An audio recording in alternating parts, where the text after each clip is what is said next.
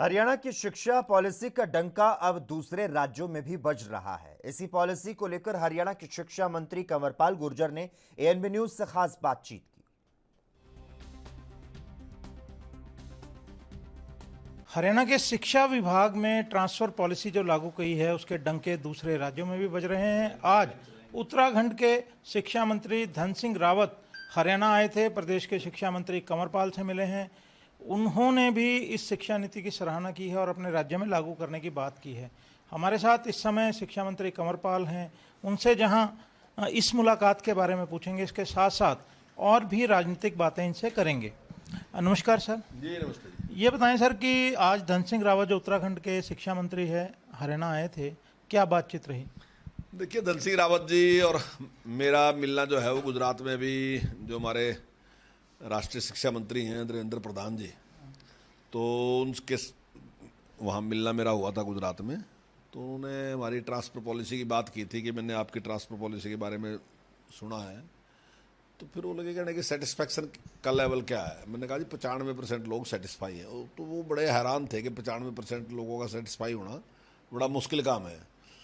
तो वो लगे कहने कि मैं देखने आऊँगा। तो आज वो आए थे देखने और वो सारी हमने पॉलिसी उनको दिखाई है। तो वो बड़े भारी इससे प्रभावित थे और उन्होंने कहा कि आपने बहुत ही अच्छी पॉलिसी बनाई है और हम अपने यहाँ भी लागू करेंगे।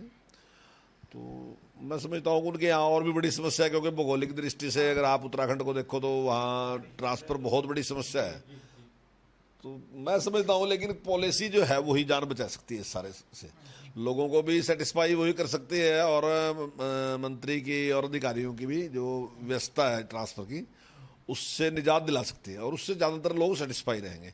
क्योंकि कुछ % लोग ऐसे हैं जो सारा दिन इसी में घूमते रहते हैं कि इधर से ट्रांसफर इधर, इधर से इधर, इधर से इधर। तो वो सारे से छुटकारा मिलता है। हालांकि पॉलिसी है उनके यहाँ, लेकिन वो इतनी प्रभावी नहीं उनको लग रही। और उन्होंने आज देखा है और आज उससे काफ़ी प्रभावित है और वो कहते हैं कि मैं अपने यहाँ भी इसको जल्दी लागू करेंगे इसको। देखिए, शिक्षा विभाग में मात्र एक पॉलिसी, ट्रांसफर पॉलिसी ही नहीं है, और भी बहुत सारी चीज़ें हैं। किन्हीं और मुद्दों पर भी बात हुई, खासकर शिक्षा को लेकर?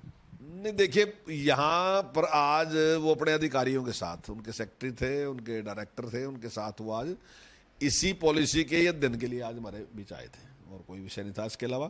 तो उसके लिए आए थे। उनको उसकी पूरी जानकारी हमारे अधिकारी ने उनको पूरी जानकारी दी है और वो पूरी तरह सेटिस्फाई है।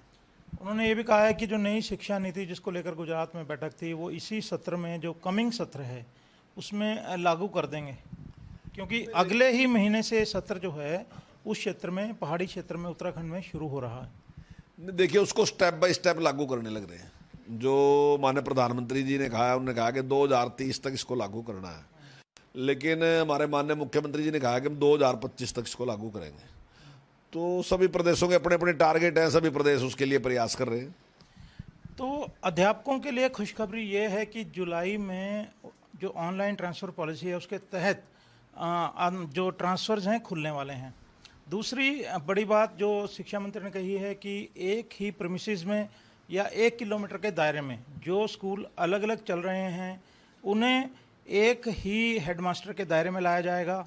और तीसरी बड़ी बात ये भी है कि 1ली से 8वीं तक के स्कूल अब को-एड होंगे। को एजुकेशन के तहत लड़के और लड़कियां एक साथ पढ़ पाएंगी।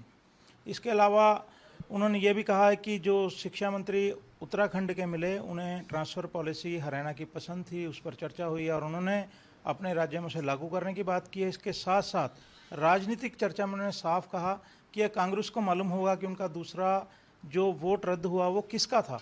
इन्होंने ये भी कहा है कि दोनों जो उम्मीदवार जो राज्यसभा के अब सदस्य नियुक्त हो चुके हैं, निर्वाचित हो चुके हैं, वे हरियाणा के हितों के लिए काम करेंगे। एएनबी न्यूज़ के लिए चंडीगढ़ से कैमरामैन रिजवान के साथ राकेश गुप्ता।